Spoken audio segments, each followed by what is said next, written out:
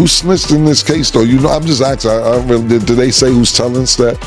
Everybody's telling. Oh, okay. There are different pieces, though, that I can't say nobody's snitching, but people are going in, they're walking out soon as they get in. I can't throw away my brain. When Mase leaned back in that chair, eyes half closed and voice steady, the room went quiet. You could hear the disbelief dripping from his tone. Who's snitching, though? He asked. And that one question set the internet on fire because this wasn't some barbershop rumor. This was about Gilbert Arenas, Chauncey Billups, and Terry Rozier, 3 names now tangled in one of the wildest scandals the NBA has seen in decades. It started like any other story, whispers, screenshots, and a leaked FBI report, but when Camron jumped in, his laughter turned sharp. You mean to tell me snitching done made it to the NBA? He said, shaking his head in disbelief. The chat exploded. Fans couldn't decide if they were watching a comedy or a funeral for loyalty itself. Because in their world, snitching isn't just a word, it's a scarlet letter. And now, somehow, that word was circling around the league's biggest personalities. Reports had already hit.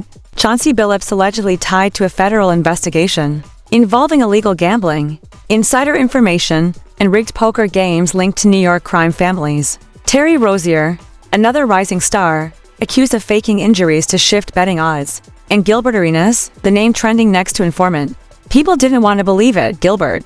The same man who once brought raw chaos and laughter to locker rooms, now accused of telling. It didn't fit. But online, truth doesn't need proof. All it takes is a meme, a clip, and a headline. Mase and Camron were furious, not just at the allegations, but at what they symbolized. Everybody's telling now, Mase said, almost whispering. Ain't no loyalty left, Camron nodded, that classic smirk on. For once, he wasn't laughing. He just kept repeating, this can't be real. The NBA snitching. Meanwhile, the details were unraveling fast. 30 arrests across 11 states. Names that used to headline All-Star weekends now written in indictments. Chauncey Billups, the once revered finals MVP, charged with wire fraud and money laundering. Each count, 20 years. Terry Rozier, under investigation for sharing team strategies with bettors. And behind it all, whispers of mob connections, rigged tables, and secret technology. Contact lenses that read marked cards, X-ray poker tables. Whole games decided before tip-off. And then came Gilbert Arenas laughing, trolling, showing up on camera eating lunch in an informant hoodie like it was all a joke. To his fans, it was classic Gilbert, the clown prince of chaos. But to Mase and Camron, it was deeper. They saw it as a symbol of everything wrong with this era. When betrayal became entertainment and silence got replaced by content, you could feel Cameron's tone shift mid-conversation. Yo, remember when loyalty meant something? He said, staring into the camera. Now they out here laughing about it. These dudes brag about snitching like it's PR. The audience went wild. Comment sections filled with the same word, facts. But behind all the jokes, something darker was growing. The story wasn't just about who talked. It was about how far the NBA's image had fallen. How gambling, money, and influence had turned the sport into a chessboard for greed. They say Chauncey gave away plays. Terry faked injuries.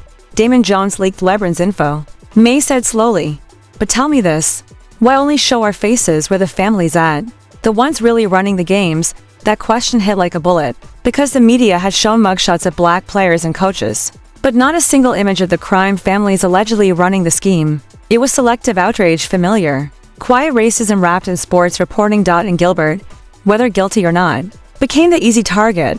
The loud one, the troll who couldn't stop laughing even when the world turned serious. When he mocked Rachel Nichols for implying he possibly snitched, it was his way of saying, you can't catch me if I make the whole thing a joke. But to Mase and Camron, that humor wasn't funny anymore.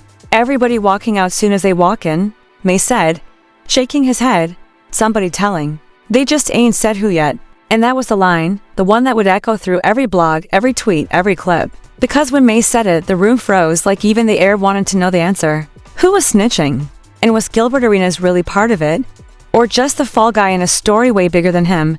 When the clip of Mase and Camron went viral, it wasn't just a podcast moment anymore. It was a cultural earthquake. By the next morning, every major outlet was replaying it, every comment section was split, and the word snitching had turned into the new national debate. But behind the memes, the laughter and the outrage, one question kept pulsing like a heartbeat through social media. Did Gilbert really tell? Gilbert Arenas, the man who once dropped 60 on Kobe and joked through scandals like they were bloopers. suddenly found himself standing in the storm. Screenshots, FBI reports, edited TikToks, his name was everywhere. Some called him a rat. Others called him a genius troll.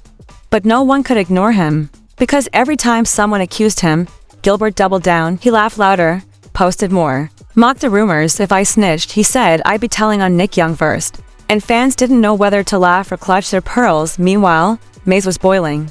You could see it in his face during the next live stream. The same calm preacher turned rapper, now furious about what loyalty had become. You got coaches, players, even media getting caught in this, he said, and somehow, snitching is trending like it's funny, man. That's scary. Camron leaned back, shook his head, and let out a quiet laugh. Nah, it's wild, he said. 'Cause look, when we was coming up, if you told, you disappeared, now they go live and brag about it. He wasn't joking.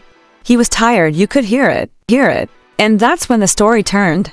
Because while everyone online debated whether Gilbert Arenas was guilty, a new report dropped, confirming what Mase had hinted at all along. This wasn't just an NBA scandal. This was organized crime. Four of New York's biggest crime families had allegedly been running high-tech poker games, with athletes and celebrities. Rigged cards, hidden lenses, X-ray tables, millions stolen, and only the black players' faces were being shown. Where's the rest of the list? Camron demanded. You mean to tell me this whole thing ran through 11 states, and only our people in cuffs? Come on, bro. That's when it clicked. This wasn't just about snitching. It was about power. Who gets blamed? Who gets framed? And who gets to disappear from the headlines? Gilbert Arenas became the lightning rod. Every joke, every meme, every informant lunch photo fed the fire. The public turned him into both villain and mascot, a walking contradiction. Some said he was guilty. Others said he was playing the system, using laughter as his shield. But through it all, one truth cut deeper than the headlines. Nobody was innocent anymore. Because if you look closely, the lines between loyalty and survival had blurred beyond repair. The same people shouting no snitching online were leaking DMs and selling exclusives to blogs. Everyone was telling. Everyone wanted clout. The street code had become just another trend to monetize. And that's what Mase meant when he said, everybody's walking out as soon as they walk in. He wasn't just talking about the suspects. He was talking about the culture. The second pressure hits, somebody talks. The second opportunity knocks, somebody sells. But what really broke people was Camron's closing line that night. Yo, Mase.